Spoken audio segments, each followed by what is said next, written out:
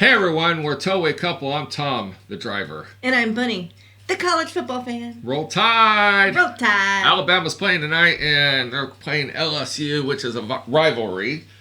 So, I know Auburn is their rival, but this is between our friends in Louisiana and us, this is a big rivalry. So Yes. If you see this video a month from now, sorry, we don't release them right on time. Or if you see it any later than 2021. Something like that. So today we're going to talk about getting into the RV transport. Just a quick synopsis. If you have any questions, go to our website, TowawayCouple.com. It's literally, got to go up higher. It's right there. And we have a contact page. Mm-hmm. Feel free to ask us any questions. We are not know-it-alls. We do have a lot of experiences and opinions, but we always tell people right up front, ask 5 other people. Don't take just our word for it. Don't take just anybody's word for it, because this is a learn-as-you-go business. Yes. We also have a resource page on there, so we have numerous companies that do hire for RV transport on there, as well as other information that you'll need. Now, as far as who the best RV transport to haul for, that is basically up to you. On our resource page, like Bunny said, we have a bunch of companies that we don't put every company in the nation. We only put companies that we've actually physically talked to drivers at truck stops or along the way, restaurants or anywhere, and say, hey, who do you drive for? I drive for this company. How do you like it? What's the pros and cons? If they love their company, it's on that list. It doesn't mean we endorse it or not. Because we may not even know anything about them other than what we see on the road, yeah. And how many trucks we see on the road. Now, one of the things from learning experience, going into a Facebook group and asking people what's the best company to drive for, what's the best truck to have, that is a trigger. For a lot of people. We see the same questions day in and day out, so a lot of people will get aggravated about it. So it's better to just ask people maybe privately. Or use the search, and first, before you post the message, yes, type in the search who the best company, or you could abbreviate it down to the bare minimum to come up with the most feeds on, because people literally ask that question almost 1 to 5 times a week. Sometimes a day. A day. There seems to be another influx in people looking for information as far as RV transport goes. One of the big questions is can I operate out of another state? Well, you can, but 90% of the pickups, I shouldn't even say that now because there's a lot of up in the Pacific Northwest right now. But most of them are picking up out of Elkhart, Indiana area. Now, we got into the RV transport, and how we got all the information is because we got furloughed and we had a truck payment. We had no stimulus, no unemployment, and it was either our truck with 50,000 miles, which was immaculate, gets repossessed, or we turn it in, or we just say screw it and put 1 million miles on it and make money. Mm-hmm. So that's how we got into it. And you know what? We got into it as a temporary fix, but we now love it's it. a permanent. We love it. We having a great time. We rented an apartment here in Elkhart, Indiana, because we love doing this so much. Now, as far as the equipment goes, a lot of people contact us, and like I said, on our website, TowawayCouple.com, that we have a contact page. We do reply to everybody. The one question that I don't mind answering any and all questions. The one I don't really care for is when they say, I want to get hired on before I buy my truck or before I make an investment. Hey, I get that. I mean, I want to be a millionaire without working a day in my life too. But you got to make an investment, and if you're going to do towaway, owning a truck is part of that job of doing towaway. Well, and plus the fact that we've worked for 2 companies now, and we applied at 3 or 4. When you put in your application, the first thing they're going to ask for is a picture of your truck. Right. And now, if you don't have a truck, that's perfectly fine. the list on our resource page, call those companies, ask them what their requirements are. We have a short bed truck. So when we contacted one of the companies on there, they did not allow short bed trucks because they had a rash of front caps on fifth wheels hitting the truck. So even though we have umpteen years experience pulling fifth wheels with short bed trucks, we have a expensive slider hitch, they didn't want nothing to do with us. Right. It wasn't us, it was the truck. So we called 3 other companies. They were willing to hire us. So it's not out of the game. If you already have a truck, call the company. Find out if your truck meets their requirement. They typically look for a year or, well, they want within 5 years, but I've seen people with immaculate trucks that were 8 years old but get turned down. Yes. And it's just, it's in their head, 5 years or newer, or whatever their requirement is, and it's literally cut and dry. Once you're working for the company, I think if you bought an older truck, they wouldn't say nothing because now you've proven yourself. Right. We have had people ask if we can do it with a 1500. No, unfortunately, all of Not even the little trailers. No, they require at least a 3/4 ton. Right. Now, some people say they have a gas truck. Would they allow it? Now, typically, every website we've seen for every company, they require a diesel. Not too long ago, we saw a 3/4 ton gas truck hauling a trailer because the trailers aren't that heavy. They're empty.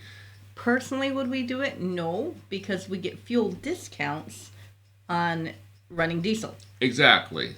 So with that, you definitely want to get a diesel. Now, I look at it this way. One haul pays our truck payment and our insurance. After that, now obviously we got our expenses, but we're making profit after that. So you can't make money. So that's the next biggest question is, can you make money doing this? Yes, you can make a lot of money doing this, but you got to be willing to go any direction, up, down, left, right, wherever, snow, rain, sleet, be the post office, whatever it has to take to get there. If you want to run only to one, like Texas, I only want to run to Texas. Well, you're going to be in competition with 3,000 other drivers that are going to run to Texas. We don't run to Texas because we'd rather have the higher paying because Texas pays less because so many people want it. But will we take a Texas run? If we're heading that way, we will go for a Texas run. So now you're in competition with us too. Yep. And but we're willing to go anywhere, so therefore we're not really in competition with anybody. If there's a load on the board, we'll take it. When we see a lot of people complaining on Facebook saying there's no money to be made in it, I don't know what they're talking about. We're doing perfectly fine. Right, we are. We're actually looking for a second truck because we're more worried that if our truck breaks down, we don't have a way to make money until it gets fixed. So we definitely, this industry is an options game. Right. So the more options you have, the more money you're going to make. Yep, I keep looking up because we're trying to keep our videos under 10 minutes, but this one I put it at 15 because we got a lot to talk about. Now, definitely a lot of your companies are going to say that they're going to require a fifth wheel hitch.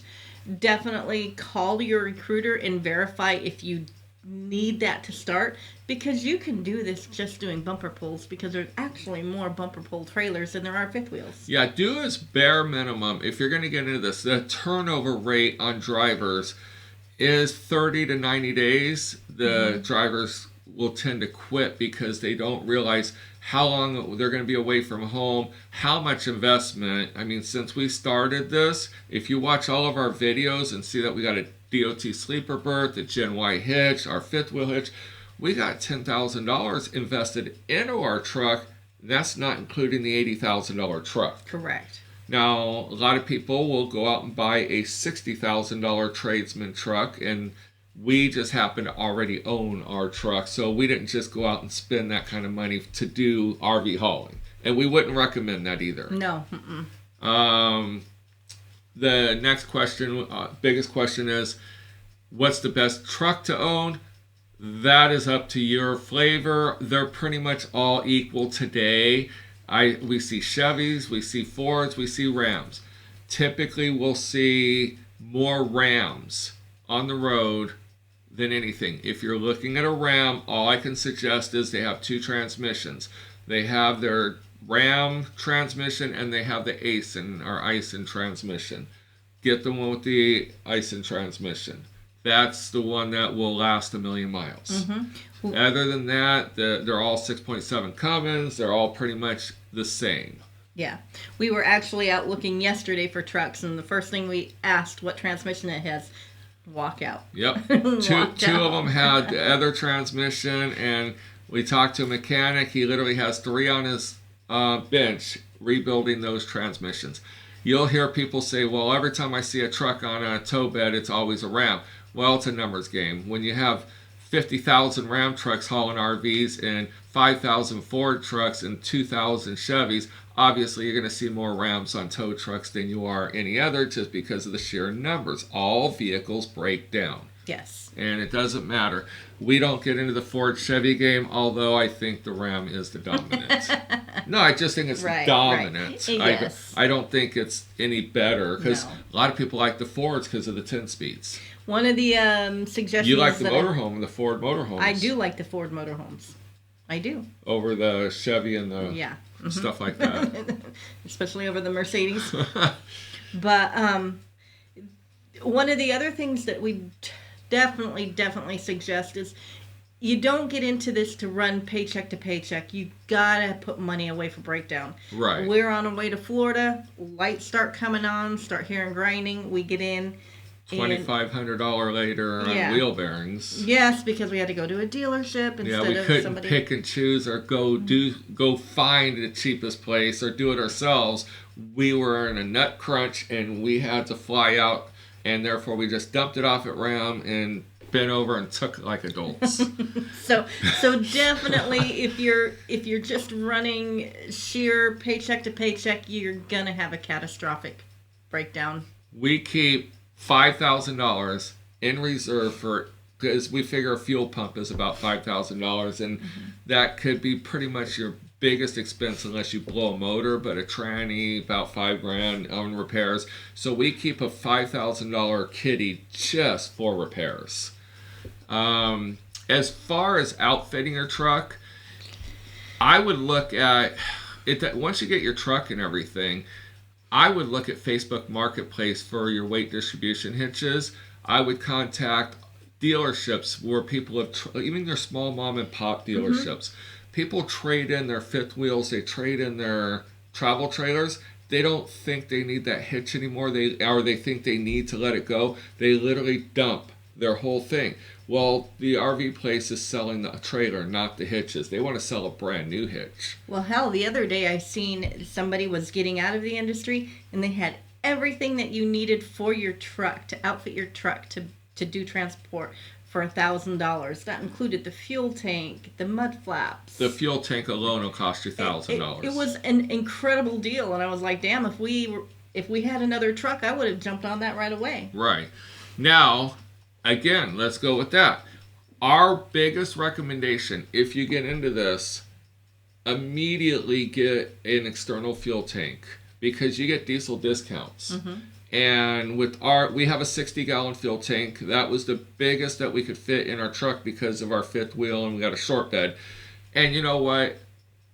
We decided, even if we go with an 8-foot bed, we're still only going to go 60, 70-gallon tank, because loaded with my bottom tank and my top tank, we could do about 1,100 miles. If I can't find a fuel station in 1,100 miles, I'm not doing something right.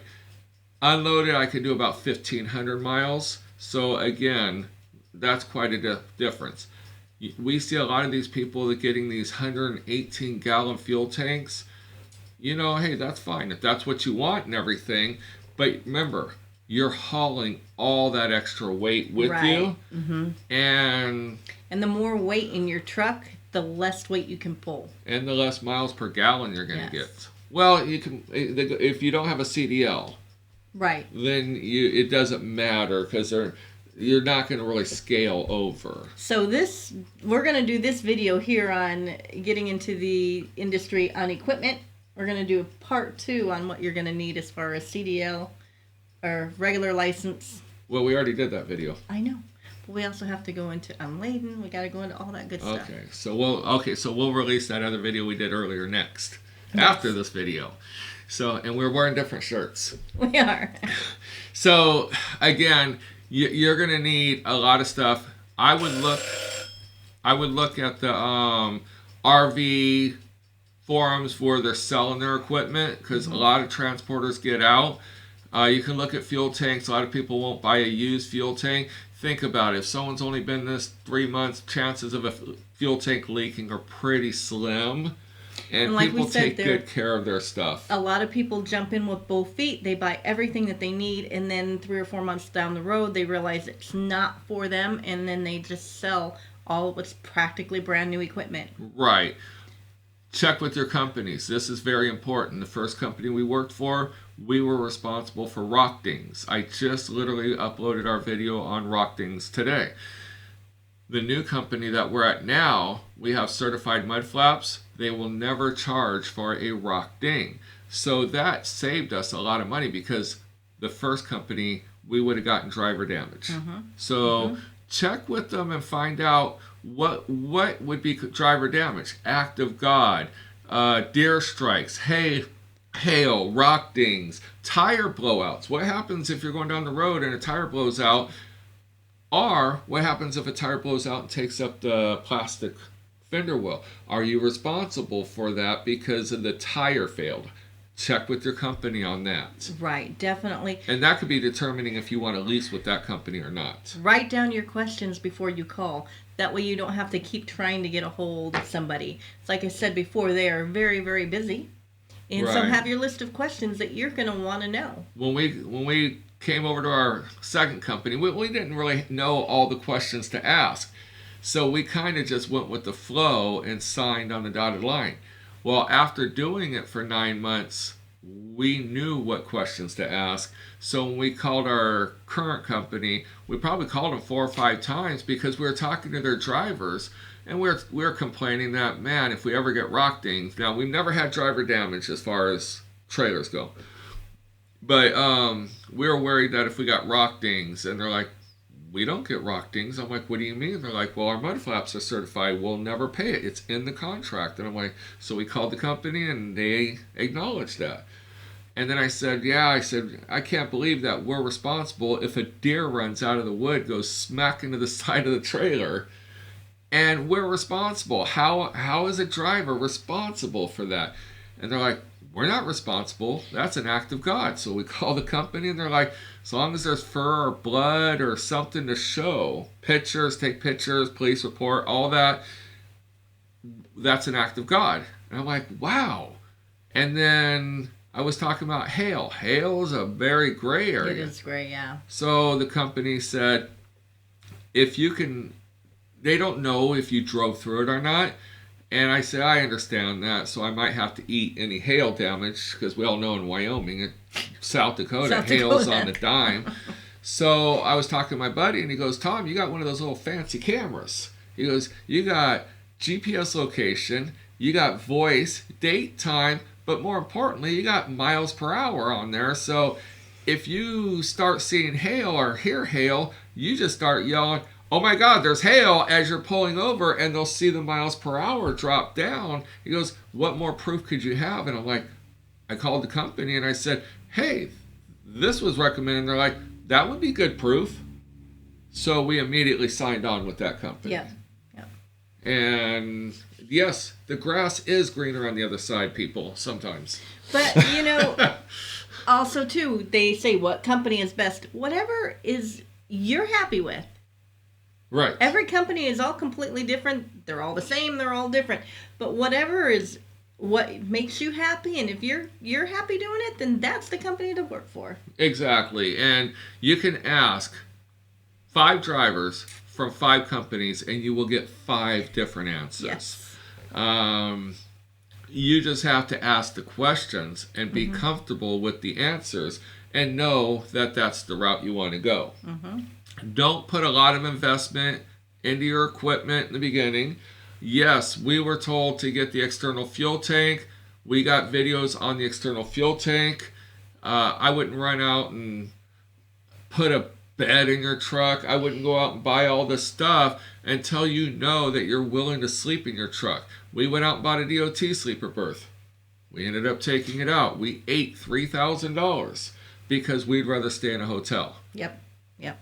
Now, it will go into the dually. Yeah, we'll put it in the dually because that'll be our secondary truck. Correct. But as far as our truck goes, it's still our personal truck. Mm-hmm. Yep. So once we get that dually, like I said, we'll be running 2 trucks. The DOT sleeper berth will go in the dually, and we're going to put the seats right back into the other truck. Yes. Because it'll just be our backup. Right. But it's really kind of easy to get into this. If one company doesn't answer your emails, phone calls, your online application, go to the next. Mm-hmm. We see a lot of complaints. I keep calling them. They're ignoring me. They won't call me back. Then don't go to them. Even if it's the company we work for, don't go to them. Obviously, they either have enough drivers, they're not hiring at the time, or they saw something on your application they didn't like. There could be any number of reasons, or they are hiring, but you're number 500 and they're on 200. So they got a lot of people to call back. There could be any reason. Call other companies. Yep. If you really want to get into this. Mm-hmm. I'm happy they answered my call. Yeah, of course. We're happy they answered your call. Yes. So, but yeah. I had to wait. You have to wait. Yeah, because they weren't hiring driveaways at the time. Tom went on the 1st of March. They weren't hiring driveaways. I had to wait till the end of April. Right. Now, a lot of people don't know this too. Being Driveaway, I'm not leasing a vehicle to them. I can work for multiple companies. Right. I don't need to because our company is keeping us very, very busy going in the same directions. So for us, it works out very, very well. Yep. I know people that are working for 3 or 4 other companies. Exactly. Mm-hmm. So this is we're just randomly talking. This isn't just one subject. It's just a generalization. Right. On getting into the business. Again, we didn't write any notes. We are just talking out our butt. But I think that we need to cut this one because we got to do part 2 and go into what you're going to need as far as CDL, unladen. Yes. And we're going to talk about doing Driveaway and Towaway. Yes. So, all right. Until next time. See you down the road. See you down the road.